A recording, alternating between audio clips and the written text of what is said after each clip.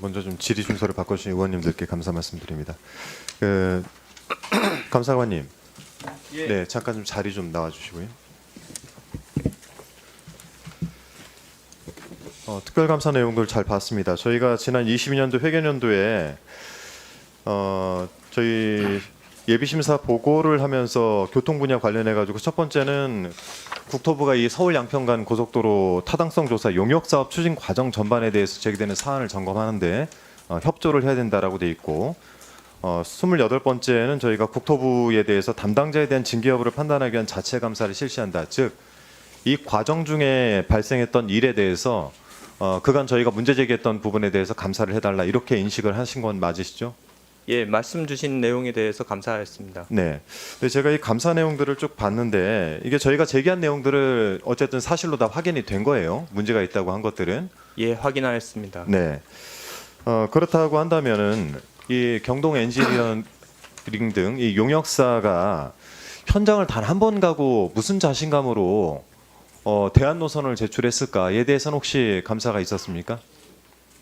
그 부분에 관해서는 확인한 바가 없습니다. 확인한 바가 없어요. 이 변경 제안에 대해서 장관님 혹시 국토부 차관님께서 내용을 아실까요? 차관님? 네. 이런 변경 제안이 들어오면 국토부에서는 확인 작업을 어떤 식으로 합니까? 그냥 용역사는 전문 집단이니까 여기서 내는 것들은 정답이다 이렇게 판단하지는 않을 거 아닙니까? 간단하게만 제가 시간이 많이 없어서 예, 그렇습니다. 별도의 리뷰하는 과정은 없습니까? 스타디를 하는 걸로 알고 있습니다. 스타디 정도는 그러니까 용역사의 설명을 듣고 거기에 대해서 의견 정도 의견을 주는 거죠. 제시하고. 자, 그런데 그렇게 해서 변경된 용역사의 의견에 대해서 당시 원희룡 장관은 갑작스럽게 이게 정쟁화가 될 것 같다라면서 백지화를 선언하고 던져버려요. 그리고는 이 변경 사안에 대해서도 장관 본인이 했다라고 주장을 하다가 용역사가 했다 또 이렇게 주장을 하면서 굉장히 그 위원회에 혼선을 줬습니다. 혹시 이 부분에 대해서는 조사를 해보셨습니까? 그 부분에 관해서는 확인한 바가 없습니다. 이 부분도 확인이 안 됐어요. 자, 100% 관련 용역, 즉 관련 용역이라면 종점이 변경되는 관련 용역에 대해서 100% 준공이 안 된 걸 이번에 확인하신 거 아닙니까? 그렇습니다. 네, 저희 의원실에서 말씀을 드렸었고, 자 이걸로 인해서 지금 몇 분이 징계를 받게 됩니까? 예, 징계와 문책 총 7분이 받게 됩니다. 7분이 받는데 이 일들은 제가 말씀드린 대로 대한노선도 용역사가 제출을 한 것이고 이 관련된 내용들을 백지화 선언한 건 전 장관이고 그리고 이 관리에 있어서 관리관을 선정하지 않은 건 제가 볼 때는 관리 감독인 것 같고 그렇게 따지면 용역사는 어떠한 제재를 받거나 처벌을 받게 됩니까? 용역사는 기존에 납부한 금액에 대해 기존에 그건 수령한 본인들이 금액에 하지 대해서 않은 것이 확인됐기 때문에 3억 3천을 더 돌려주는 것뿐이고 그렇죠? 18억 6천 예, 그리고 그렇습니다. 2차 용역비 그중에 3억 3천을 다 돌려주는 거는 본인들이 하지 않은 일이 확인됐기 때문에 돌려주는 건데 그러면은 이런 대안 노선으로 저희가 부실에 대한 부분들을 단순히 공무원들이 책임을 져야 되는 상황인 거잖아요. 그러면 용역사는 지금 여기서 무슨 책임을 지게 됩니까, 장관님? 의원님은 용역사가 잘 못했다라는 걸 전제로 하고 아니, 말씀하시는데요. 그러니까 그걸로 그게 인해서 아니고요. 지금 문제가 돼서 지금 저희가 국토부 감사를 한 직원들이 것은 징계를 받게 용역 되잖아요. 수행 과정을 적절하게 관리 감독했느냐 하는 데 대한 감사였고 네. 의원님들이 줄기차게 주장하시는 것은 대한노선 자체가 누군가의 외압에 제가 의해서 여쭤보는 만들어졌다는 거는 걸 이거예요. 주장했는데 자, 들어보세요. 시간이 지금 1분밖에 안 남아서 자, 요것만 답해 보세요. 용역사가 월간 진도 보고서 작성하죠. 국토부가 안 받았죠. 저희가 제출 요구를 하니까 갑작스럽게 용역사가 제출을 했는데 내용이 다 틀렸단 말이에요. 문제가 생겨서 그걸로 인해 가지고 국토부 직원이 징계를 받습니다. 자, 두 번째는 준공 100%를 인정을 해달라고 한 건 누가 했을지는 잘 모르겠으나 100%가 아닌 것이 확인이 돼서 그 관련돼서 국토부 직원이 징계를 받습니다. 용역사는 하지 않은 것이 들켰기 때문에 3억 3천원 돌려주는 것뿐이에요. 자, 그러면은 여기에 관련해 가지고 국토부 직원들 징계는 있지만 수장이신 차관, 그 전 장관 누구도 책임은 지지 않고 또한 그것을 진행했었던 용역사는 아무런 문제가 없단 말이에요. 이건 어떻게 할 겁니까?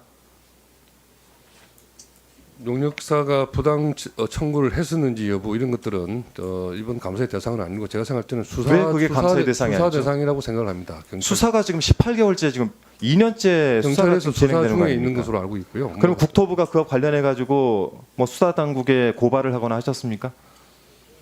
그리고 고발 민간인들이 한 거예요. 이거 시민단체가 한 경찰이 겁니다. 지금 수사를 지금 하고 있고 아니, 그렇게 상황이기 하시면 때문에 너무 이거는 방관하시는 거고 이 관련해서 문제가 있었다라고 하면 용역사에 대해 수사 지시를 하거나 자체 감사에 이 내용을 집어넣어서 용역사가 과연 어떻게 이런 부분들을 국토부 직원들을 속여서 장관님의 부하 직원들 아닙니까? 직원들이 7명, 도로공사까지 포함해서 7분이 지금 징계를 받게 됐는데 여기에 대해서 지금 차관 장관님께서 모른다라고 이렇게 뒷짐지고 있을 사안이 아니지 않습니까? 이 부분에 대해서는 국토부 차원에서는 사과의 말씀은 하실 예정입니까? 사과를 하셨나요? 제가 모르는 건가요? 그 부분은 다시 한번 검토해 보도록 하겠습니다. 예. 저는 국토부가 사과해야 된다고 봅니다. 감사관님, 내용은 도대체 왜 종점 변경을 이런 식으로 했고 그 전 장관은 이걸 왜 백지화시켜서 이 문제를 만들었으며 김건희 여사 일가쪽으로 땅이 휘었다는 부분에 대해서는 수사를 한다라고 장관께서는 주장을 하시지만 근거가 없어요. 이것도 수사를 국토부가 의뢰한 것도 아니고 일반 시민단체에서 제기를 한 거라. 그래서 이 부분에 대해서 사과를 명확히 하시고 감사가 저는 굉장히 부족했다고 생각을 합니다. 이 부분에 대해서도 좀 한번 자체적으로 한번 다 점검을 해보세요. 예, 저희 관련해서 수사 진행 거는 이 부분만 예, 말씀해 보세요. 예, 정리하세요. 1분 드립니다.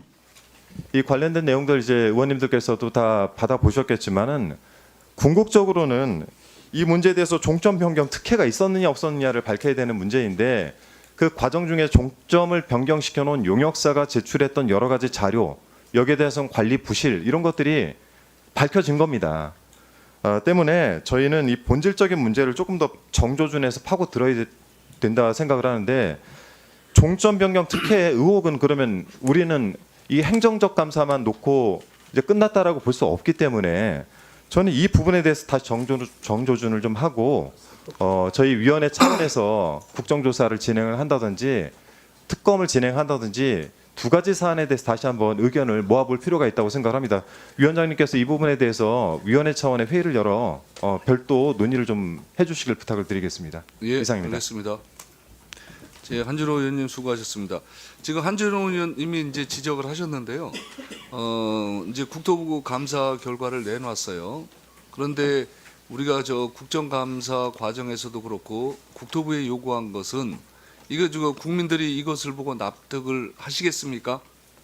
누가 왜 어떤 과정을 거쳐서 노선 변경됐느냐에 대한 얘기는 이런 방구도 없고 그냥 사업 관리를 못했다, 부실하게 했다. 뭐 비용을 저도 짧게 답변을 좀 올리겠습니다. 저 이제 부임 이전에 발생했던 사안이긴 합니다만은 국가적으로 지대한 관심사였기 때문에 지난해 국정감사 등을 거치면서 여러 가지 제가 심량도 확인을 하고 또 직원들 한테 보고도 듣고 자료도 확인한 바에 의하면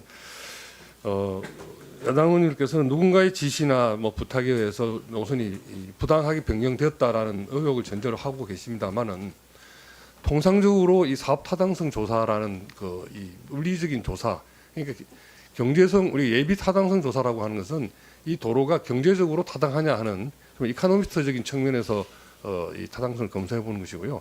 그게 있다라고 해서 그 관문을 통과하게 되면 실제로 이제 설계를 하고 공사를 위한 엔지니어링적인 그런 절차를 밟게 됩니다.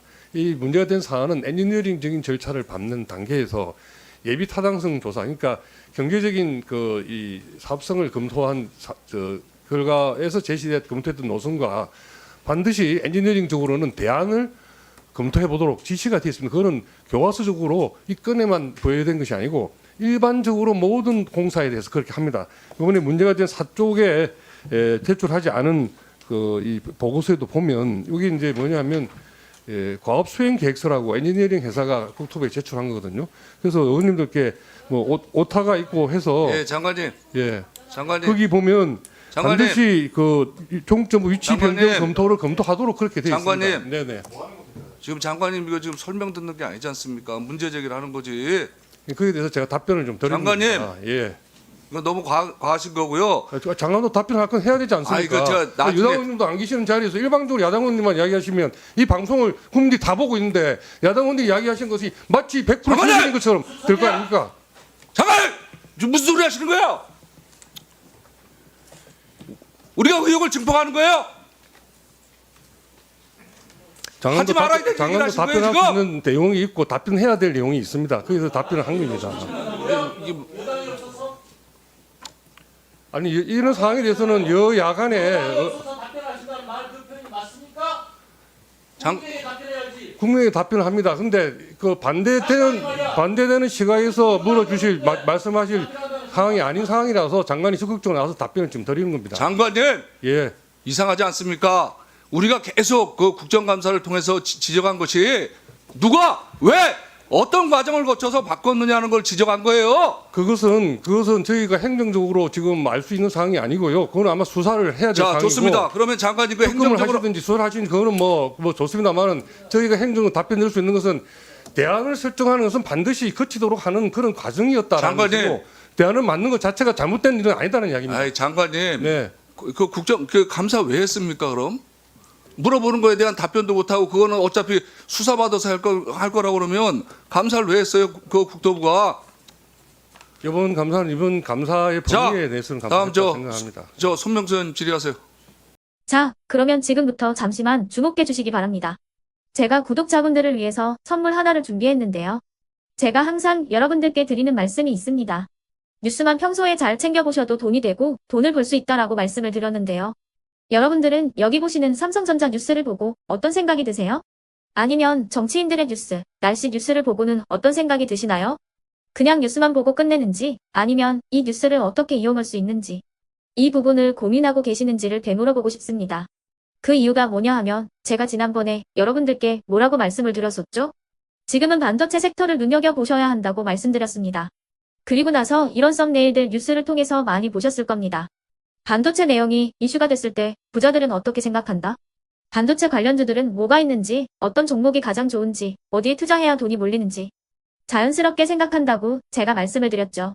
그 이유가 뭐냐 하면 부자들이 봤을 때는 이슈가 곧 돈으로 이어지고 그 이슈가 나에게 돈을 벌어준다는 경험적 확신이 있기 때문에 부자들은 항상 이런 사회적 이슈를 관심 있게 챙겨본다고 제가 말씀을 드렸습니다. 이번에도 마찬가지인데요. 제가 지난번에 시청자분들과 함께하는 주식으로 수익 내기 이벤트를 진행했었죠. 당연히 100% 무료로 진행을 했었고요. 여기 보시면 아시겠지만 제가 지난번에도 구독이라고 보내주신 모든 시청자분들께 반도체 관련주 중에 가장 크게 급등할 딱 한 종목, 많은 종목도 아니라 한미반도체 한 종목을 여러분들께 추천드렸어요.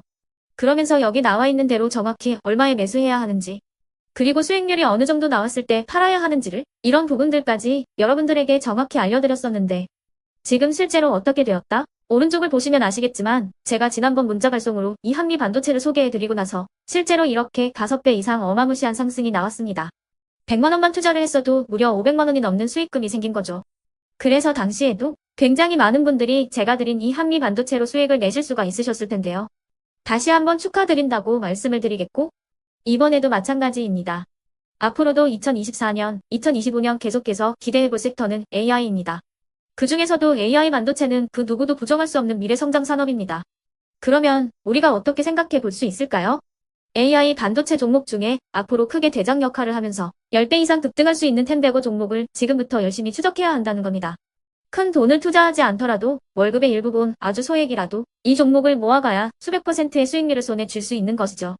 지금 여러분이 보고 계시는 이 유튜브 또한 AI 반도체와 아주 밀접한 연관이 있고 반도체야말로 대한민국의 핵심 산업으로 앞으로 더더욱 시장은 성장할 수밖에 없습니다. 그렇기 때문에 제가 이번에도 뭘 보내드리고 있냐면 지난번과 똑같이 구독이라는 문자를 보내주시면 제가 AI 반도체 관련주 중에 앞으로 대장주 역할을 하면서 주가가 가장 크게 급등할 한 종목을 여러분들께 문자 발송으로 종목명과 사고 파는 시점을 모두 알려드릴 건데요. 그 문자를 받고 여러분들이 주식으로 돈 버는 연습을 한번 해보셨으면 좋겠고요. 혹시라도 나는 주식을 하지 않는다 하시는 분들은 주변에 주식하시는 지인분들에게 말씀을 해주셔도 되고요. 아니면 연세가 있으셔서 투자가 어렵다 하시는 분들은 이 종목을 자녀분들에게 한번 사봐라. 이걸로 한번 수익을 내봐라. 이렇게 조언을 해주실 수도 있는 거겠죠. 그래서 지금 이 영상을 보시는 시청자분들 중에 나도 이번 종목이 좀 궁금하다 하시는 분들은요. 누구나 상관없이 그리고 어느 시간대나 상관없이 부담 없이 010-2514-5930번으로 구독이라는 문자 보내주시면 제가 이번에도 똑같이 무료 추천 급등주 문자를 보내드리겠습니다. 이해되시겠죠? 제 번호 010-2514-5930번으로 구독이라는 문자 보내주시면 여러분들이 직접 이슈를 통해서 돈 버는 연습을 해보실 수가 있는 거고 제가 돈을 받는 것도 아니고 투자를 대신해 드리는 것도 아니기 때문에 부담 없이 신청해 주시면 되는 겁니다. 그리고 수익이 나면 저는 다른 것은 하나도 바라지 않습니다. 제 채널에 구독, 좋아요 한 번씩만 눌러주시라 이렇게 다시 한번 말씀을 드리겠습니다.